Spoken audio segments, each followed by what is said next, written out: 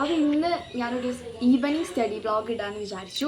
പിന്നെ ഇന്ന് ഭയങ്കര നല്ലൊരു കാലാവസ്ഥയാണ്. കുറേ ദിവസമായിട്ട് ഭയങ്കര മഴയായിട്ട് ആകെ മൂടി പൊളിച്ച ഇങ്ങനെ നിൽക്കുകയായിരുന്നു, മൂടി ഇങ്ങനെ നിൽക്കുകയായിരുന്നു, ഭയങ്കര മഴയും ഇതൊക്കെ ഇന്ന് ഭയങ്കര നല്ല കുറച്ചൊരു വെയിലൊക്കെ ഉണ്ട് ഇന്ന്.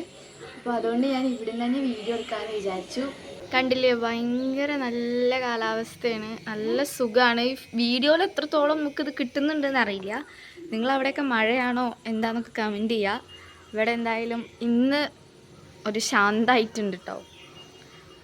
ഞാൻ ആദ്യം തന്നെ കെമിസ്ട്രിയിലെ ഫസ്റ്റ് ചാപ്റ്റർ ആയിട്ട് വരുന്ന പഠിച്ചായിരുന്നു സൊല്യൂഷൻസിനെ പറ്റി പറയുകയാണെന്നുണ്ടെങ്കിൽ ഫസ്റ്റ് ചാപ്റ്ററിലേക്ക് നമ്മളിങ്ങനെ പഠിക്കാനിരിക്കുന്ന സമയത്ത് കുറച്ചൊരു ബുദ്ധിമുട്ട് ഫീൽ ചെയ്തു എനിക്ക്. കാരണം എന്താ വെച്ചാൽ നമ്മൾ ഈ വെക്കേഷനൊക്കെ കഴിഞ്ഞ് വന്നിരിക്കുന്നതിൻ്റെ ഒരു പ്രോബ്ലം ആയിരിക്കാം. പിന്നെ ഞാൻ രണ്ടാമത് ഇരുന്ന് ഒന്നുകൂടി ക്ലാസ് കണ്ടപ്പോൾ എനിക്ക് പിന്നെ ക്ലിയറായി. വലിയ കുഴപ്പമില്ലാത്തൊരു ചാപ്റ്ററാണ്. പിന്നെ ഞാൻ ഈ ക്ലാസ് കാണുന്ന വീഡിയോ എനിക്ക് ഇടാൻ പറ്റില്ല, കാരണം ഞാൻ വീഡിയോ ഷൂട്ട് ചെയ്യണതും പിന്നെ ക്ലാസ് കാണുന്നതും ഒരു ഫോണിലായതുകൊണ്ട് എനിക്ക് ആ ഒരു ക്ലിപ്സ് ഇടാൻ പറ്റില്ല. പിന്നെ ഞാൻ നോട്ട്സൊക്കെ അപ്പം തന്നെ എഴുതി അപ്പം തന്നെ ഇരുന്ന് പഠിക്കാം കേട്ടോ.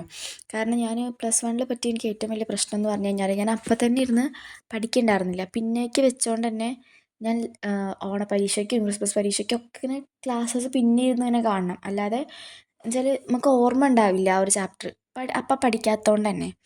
പിന്നെ ഈ ഒരു ചാപ്റ്റർ ഇങ്ങനെ 6 പാട്ടാക്കിയിട്ടാണ് അവരിടുക.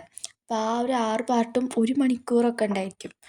അപ്പം പിന്നെ നമ്മുടെ സമയം ചിലതിന് പിന്നെ ഇരുന്ന് കാണാൻ വേണ്ടിയിട്ട് സമയം നമുക്ക് ഉണ്ടാവില്ല, കാരണം 1 മണിക്കൂറൊക്കെ ഇല്ലേ.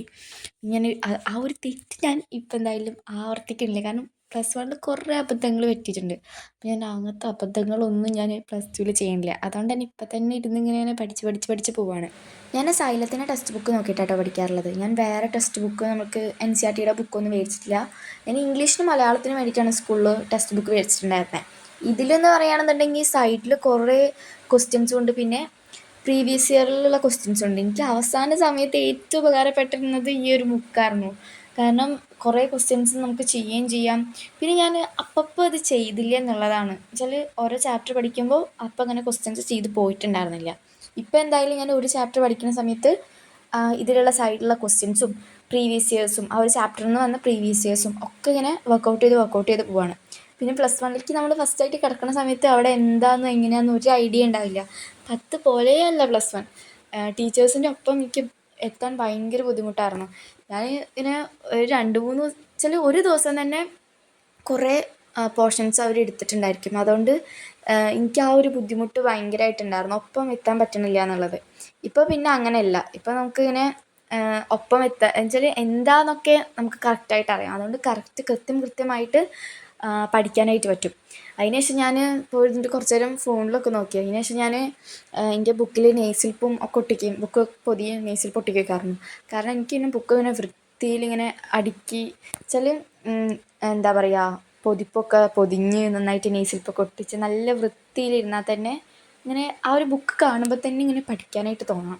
അതുകൊണ്ട് തന്നെ ഞാനിപ്പോൾ വൃത്തിയിലിങ്ങനെ ഒട്ടിച്ചിട്ട് പോവാണ്. എനിക്ക് അങ്ങനെ കേട്ടോ, എനിക്കിങ്ങനെ വൃത്തി ഉണ്ടെന്നുണ്ടെങ്കിൽ കുറച്ച് ഇങ്ങനെ പഠിക്കാനായിട്ട് നന്നായിട്ട് തോന്നും.